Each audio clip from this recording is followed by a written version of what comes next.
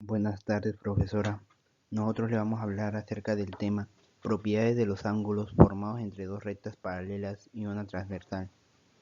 Mi equipo está conformado por Carlos Ángel Osorio Mariano, Emanuel de Jesús Dionisio Domínguez, José Luis Pulido Santiago, Diana Yareli Villanueva Cruz, Gael Contreras Miranda y un servidor, Carlos Gómez Torres.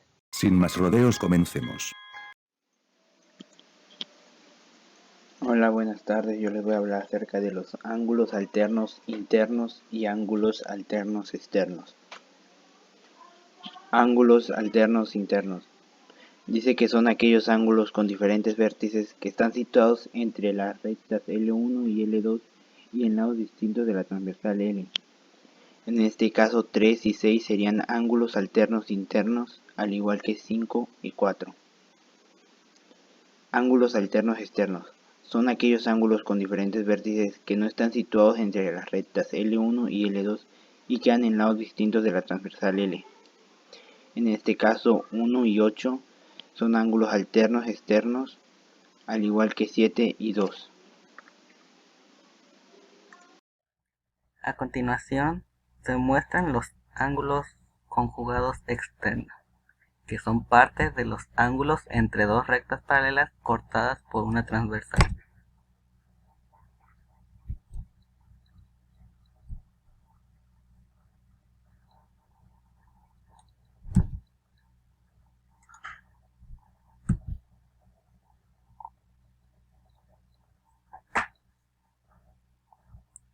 Los ángulos conjugados externos son ángulos externos a las dos rectas paralelas y del mismo lado de la transversal.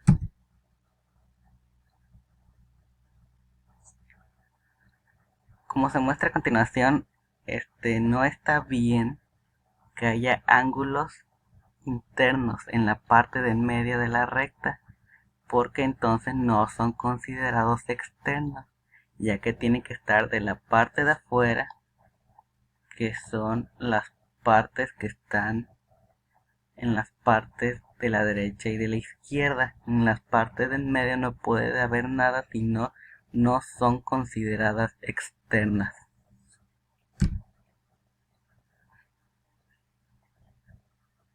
Esta es la forma correcta en la que se encuentran como externas, ya que se encuentran en la parte de afuera de las paralelas y son divididas en el mismo lado de la transversal, que es la línea que está en el medio.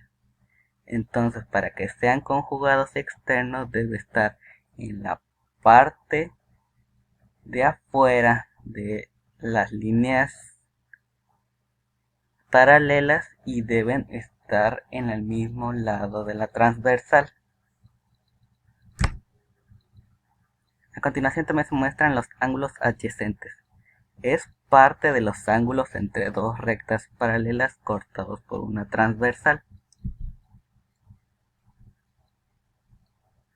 Los ángulos adyacentes son dos ángulos que tienen el vértice común que los separa y los otros dos lados en la recta. Este es un ejemplo de ángulos adyacentes, pero no en líneas paralelas por la transversal. Este es un ángulo adyacente normal, que es una representación gráfica donde muestra la forma en la que se hace. Está dividida por el vértice y por dos otros ángulos, el A y cualquier otra letra, puede ver C o D. El caso es que en los ángulos adyacentes siempre va a ser igual la suma de los dos ángulos a 180 grados. Y estos son ángulos adyacentes entre dos líneas paralelas. Quedan claro que los ángulos adyacentes siempre van a tener esa forma de semicírculos que se forman.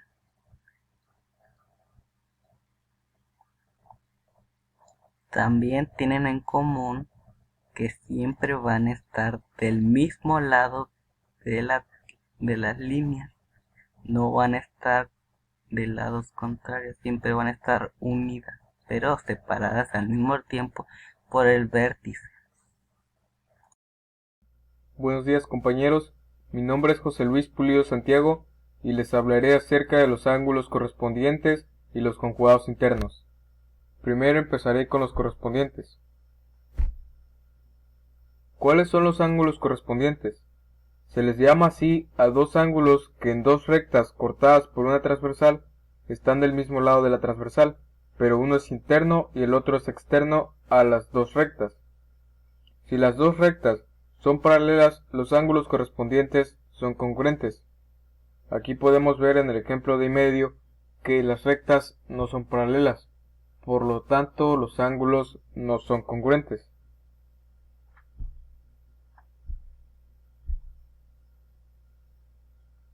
Aquí podemos observar un ejemplo de ángulos correspondientes.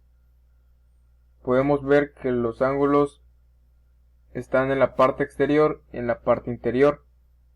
Podemos notar que en este ejemplo los ángulos correspondientes son el ángulo B con el ángulo F y así como el ángulo A con el ángulo E. Ahora les hablaré acerca de los ángulos conjugados internos. ¿Cuáles son los ángulos conjugados internos? Los ángulos colaterales internos o conjugados internos son los que se encuentran del mismo lado de la secante y entre de las rectas paralelas.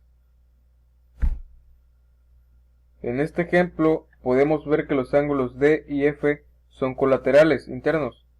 Las parejas de ángulos son suplementarios, es decir, que la suma de sus dos medidas son igual a 180. Entonces, la medida del ángulo D más la medida del ángulo F es igual a 180.